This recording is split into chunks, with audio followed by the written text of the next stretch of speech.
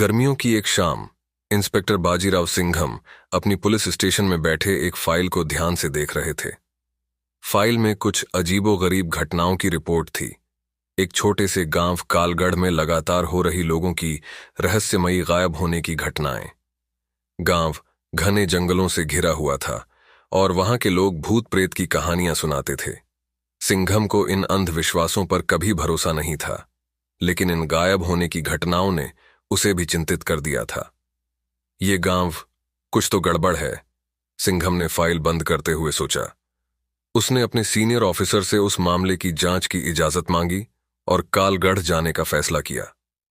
कुछ भी हो, सिंघम का कानून में विश्वास अटल था और वह किसी भी रहस्य का सामना करने के लिए तैयार था।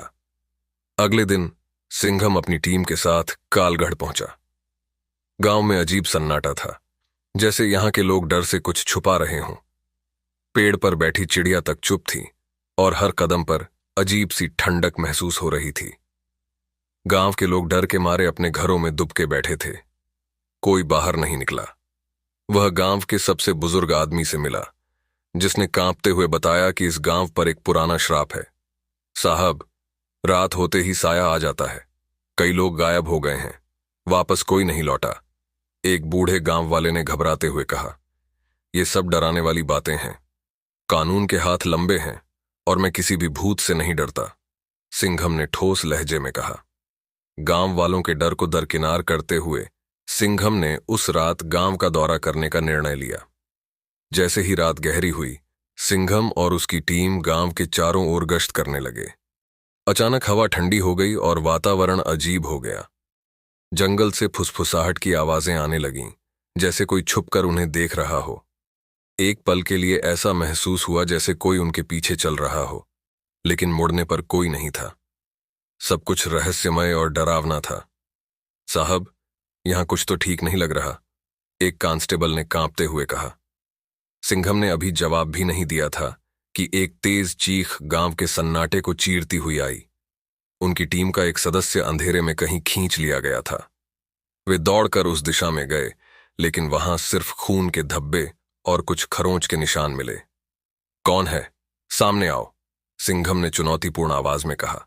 लेकिन अंधेरा और गहरा हो गया, जैसे कोई छिपकर उनकी हर हरकत पर नजर रख रहा हो। अगले दिन सिंघम ने गांव के बुजुर्ग बाबा से मुलाकात की। बाबा गांव के अंधेरे रहस्यों से परिचित थे। उनकी आंखों में वर्षों का डर साफ दिख रहा था। उन्होंने सिंघम को गांव की पुरानी कहानी सुनाई। कई साल पहले यहां एक निर्दोष परिवार को जिंदा जला दिया गया था। तभी से उनकी आत्माएं यहां भटक रही हैं, और जिसने भी गांव में रात बिताई वह कभी वापस नहीं लौटा। ये कोई सामान्य अपराधी नहीं है सिंघम, ये उन आत्माओं का बदला है जिनकी मौत कभी न्याय नहीं पा सकी, बाबा ने गंभीर स्वर में कहा। बाबा ने उसे एक ताबीज दिया, जो आत्माओं से बचाव का एकमात्र साधन था। सिंघम ने बाबा की बातों पर पूरी तरह यकीन नहीं किया, लेकिन वह अब और सतर्क हो गया था। उसे लगा कि कुछ तो बहुत गलत है, और वह इसका सामना करने के लिए तैयार हो गया। रात फिर से आई, और इस बार सिंघम ने अकेले गांव में गश्त करने का फैसला किया। ताबीज उसकी जेब में था, और वह किसी भी खतरे से निपटने के लिए तैयार था। जैसे ही रात का तीसरा पहर शुरू हुआ, एक अजीब सी सर्दी गांव में फैल गई। हवाएं तेज हो गईं और अंधेरे में एक हल्की सी परछाई हिलने लगी। सिंघम को एक महिला की भूतियां परछाई दिखाई दी। उसका चेहरा जला हुआ था, उसकी आंखें गड्ढों की तरह खाली थीं। वह धीरे धीरे सिंघम की ओर बढ़ी। उसकी आवाज हवा में गूंज रही थी। तुम मुझे रोक नहीं सकते, ये गांव मेरा है, उस आत्मा ने ठंडी और डरावनी आवाज में कहा। सिंघम ने ताबीज को मजबूती से पकड़ा।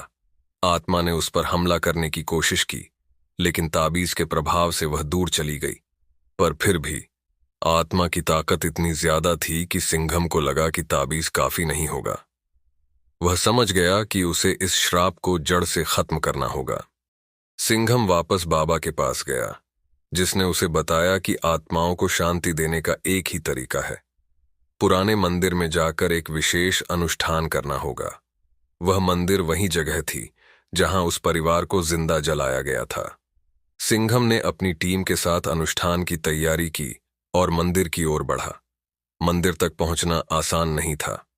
जैसे जैसे वे मंदिर के करीब पहुंचे, आत्माओं की ताकत और बढ़ने लगी।